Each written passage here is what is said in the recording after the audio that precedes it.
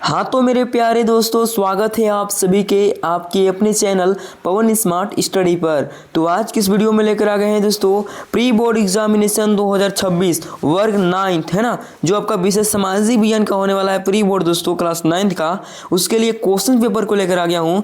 तो अंत तक बनेगा वीडियो में। अगर वीडियो पसंद लगेगी दोस्तों तो वीडियो को लाइक एंड चैनल पर नए चैनल को सब्सक्राइब कर लीजिएगा, है ना। तो चलिए शुरू करते हैं आज की इस वीडियो को। तो देख लीजिए, प्री बोर्ड एग्जामिनेशन 2026 वर्ग 9 विषय सामाजिक विज्ञान 40 पूर्णांक का क्वेश्चन है, ठीक है। चलिए हम लोग देख लेते हैं किस प्रकार के क्वेश्चन आपके एग्जाम में देखने को मिलेगा।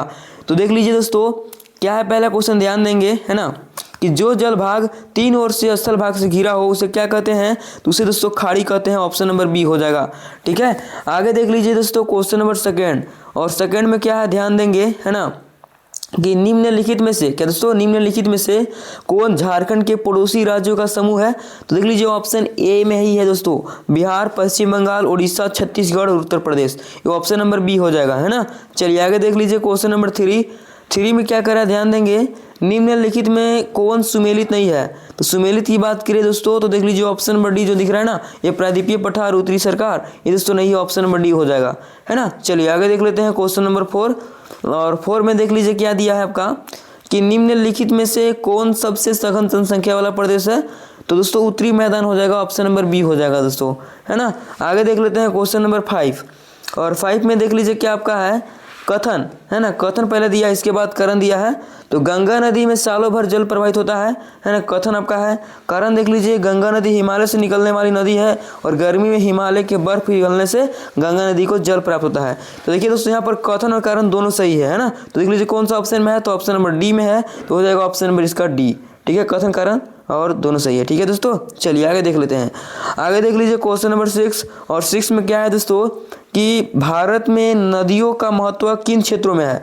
नदियों का महत्व किन क्षेत्रों में है दोस्तों, तो यहाँ पर सिंचाई में भी है ना, नौ संचालन में भी है ना, जल विद्युत में भी है दोस्तों। यानी इनमें से सभी हो जाएगा, क्या हो जाएगा, इनमें सभी दोस्तों। ऑप्शन नंबर यहाँ पर हो जाएगा डी, क्या हो जाएगा, डी ऑप्शन हो जाएगा दोस्तों, है ना। चलिए आगे देखते हैं। आगे देख लीजिए क्वेश्चन नंबर 7 दोस्तों। 7 में क्या है, कि भारत में मानसून के आगमन के साथ कौन सी ऋतु आरंभ होता है। ग्रीष्म ऋतु, वर्षा ऋतु, शीत ऋतु या फिर शरद ऋतु। तो देखिए दोस्तों, यहाँ पर जो है ना क्या हो जाएगा, तो यहाँ पर दोस्तों वर्षा ऋतु, है ना। ऑप्शन नंबर यहाँ हो जाएगा बी हो जाएगा, क्या हो जाएगा, ऑप्शन नंबर बी, वर्षा ऋतु, ठीक है। चलिए आगे देख लेते हैं क्वेश्चन नंबर 7 हो गया, 8 नंबर, है ना दोस्तों। 7 के बाद 8 नंबर देख लीजिए क्या है, कि जहाँ 200 सेंटीमीटर से अधिक वर्षा होती है ना, वहाँ किस तरह के वन पाए जाते हैं। तो वहाँ दोस्तों जो है ना, उष्णकटिबंधीय सदाबहार वन। ऑप्शन नंबर यहाँ पर हो जाएगा ए दोस्तों, क्या हो जाएगा, ऑप्शन नंबर ए हो जाएगा, उष्णकटिबंधीय सदाबहार वन, ठीक है। आगे देख लेते हैं क्वेश्चन नंबर 9, और 9 में क्या दिया है, ध्यान दीजिएगा, प्रति 1000, क्या दोस्तों, प्रति 1000 पुरुषों पर महिलाओं की संख्या को क्या कहते हैं। तो उसे दोस्तों कहते हैं जनसंख्या संरचना, जनसंख्या अनुपात, लिंग अनुपात, आई संरचना, है ना। देखिए इसका हो जाएगा दोस्तों आपका क्या हो जाएगा, लिंग अनुपात, क्या दोस्तों, लिंग अनुपात, ऑप्शन नंबर सी हो जाएगा, है ना। चलिए आगे देख लेते हैं हम लोग। आगे देख लीजिए क्वेश्चन नंबर 10, और 10 में क्या है, निम्नलिखित में कौन जन्म दर का सही अर्थ है। जन्म दर का सही अर्थ पूछा है। तो दोस्तों ऑप्शन नंबर यहाँ पर ये दिख रहा है ना, एक वर्ष में प्रति 1000 व्यक्ति में जितने जीवित बच्चों का जन्म होता है वो दोस्तों आपका जन्म दर कहलाता है, ठीक है। ऑप्शन नंबर ये हो जाएगा। आगे देख लेते हैं क्वेश्चन नंबर 11, क्या है, 11 नंबर क्वेश्चन देख लीजिए, किसी भी देश में कानून बनाने का सबसे बड़ा अधिकार किसको होता है ना। तो कानून बनाने का सबसे बड़ा अधिकार की बात करिए दोस्तों, तो संसद का होता है। ऑप्शन नंबर सी हो जाएगा, क्या हो जाएगा, ऑप्शन नंबर सी हो जाएगा। आगे देखते हैं क्वेश्चन नंबर 12, है ना, ये कितना था, 11 नंबर था, ठीक है। आगे देख लीजिए 12 यानी 12 नंबर क्वेश्चन, क्या कि दक्षिण अफ्रीका में रंग भेद कब खत्म हुआ दोस्तों। तो ये जो है ना रंग भेद वाला, ये दोस्तों कब खत्म हुआ था, तो ये दोस्तों आप लोग का 26 अप्रैल 1994, कब दोस्तों, 26 अप्रैल 1994, ऑप्शन नंबर बी हो जाएगा, ठीक है। चलिए आगे देख लेते हैं क्वेश्चन नंबर 13 में क्या है, कि लोकतंत्र जनता के द्वारा और जनता के लिए शासन है। यह परिभाषा किसने दी है, तो दोस्तों ये जो है आपका Abraham Lincoln, option number A हो जाएगा। आगे देख लेते हैं क्वेश्चन नंबर 14, और 14 में क्या है, कि संविधान सभा की पहली बैठक कब हुई दोस्तों दिसंबर 1946 ना, ऑप्शन नंबर ए हो जाएगा, क्या हो जाएगा, ऑप्शन नंबर यहाँ पर ए हो जाएगा। आगे देख लेते हैं क्वेश्चन नंबर 15, क्या है कि लोकसभा चुनाव के लिए भारत को कितने निर्वाचित क्षेत्रों में बांटा गया है ना। तो कितनी दोस्तों, तो यहाँ पर हो जाएगा आपका 543, ऑप्शन नंबर बी हो जाएगा, क्या हो जाएगा, ऑप्शन नंबर बी हो जाएगा, है ना। आगे देख लीजिए क्वेश्चन नंबर 16, क्या है कि हमारा संविधान हमें कितने मौलिक अधिकार प्रदान करता है, तो 6 दोस्तों, ऑप्शन नंबर बी, है ना। क्या हो जाएगा 6, ऑप्शन नंबर बी इसका करेक्ट आंसर हो जाएगा।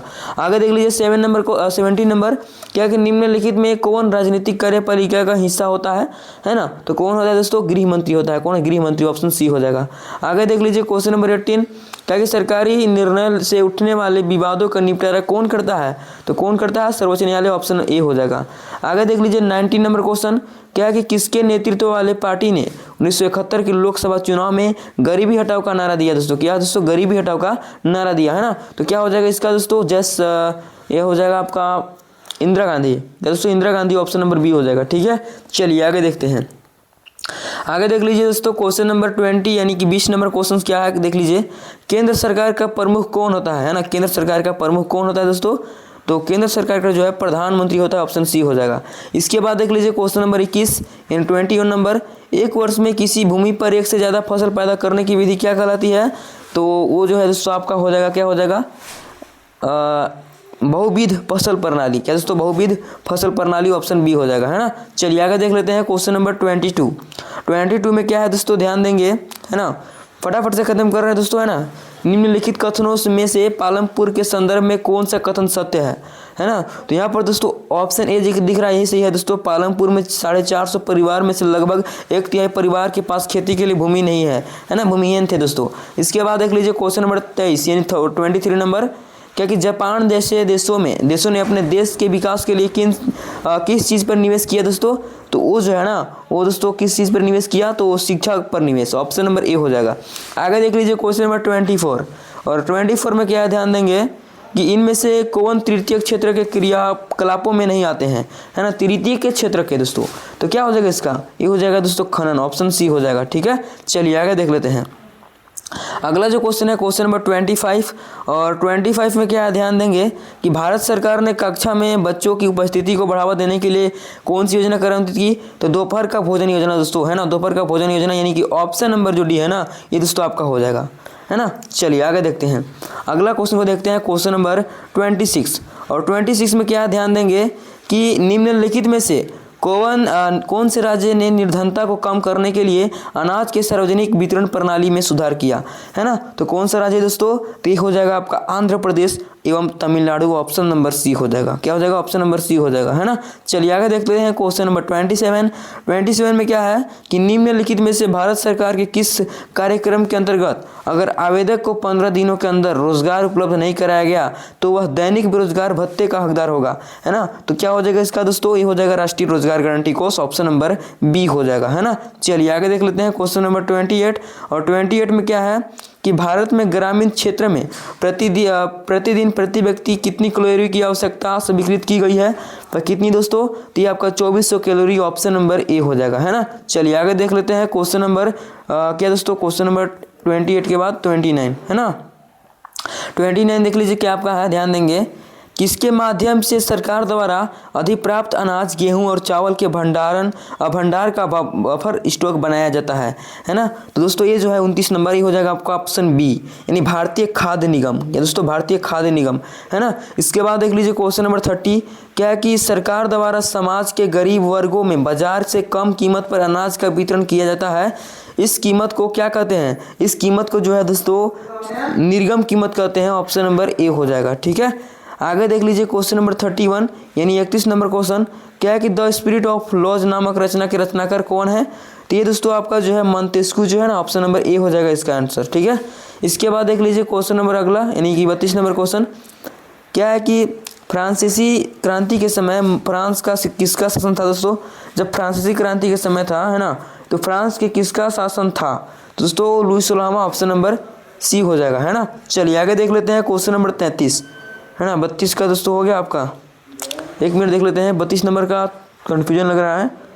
क्या है कि फ्रांसीसी क्रांति के समय फ्रांस का किसका शासन था, तो लुई 16वां का था कि लुई 14वां का दोस्तों, ये थोड़ा कन्फ्यूजन लग रहा है दोस्तों। एक बार 32 नंबर का आंसर आप लोग कमेंट करेंगे, है ना।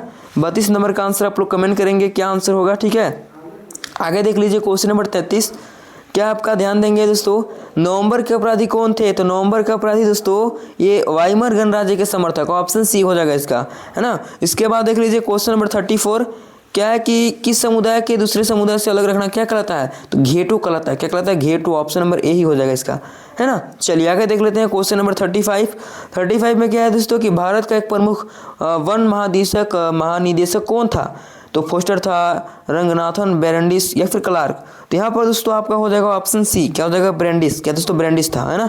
आगे देख लेते हैं क्वेश्चन नंबर 36, क्या है कि झूम खेती, है ना, झूम खेती को किस अन्य नाम से जानते हैं, तो घुमंतु खेती दोस्तों, ऑप्शन ए हो जाएगा, है ना। आगे देख लेते हैं क्वेश्चन नंबर 37, और 37 में क्या है, भारतीय वन सेवा की स्थापना कब हुई थी, तो भारतीय वन सेवा की स्थापना की बात करें तो 1864, है ना, ऑप्शन बी हो जाएगा।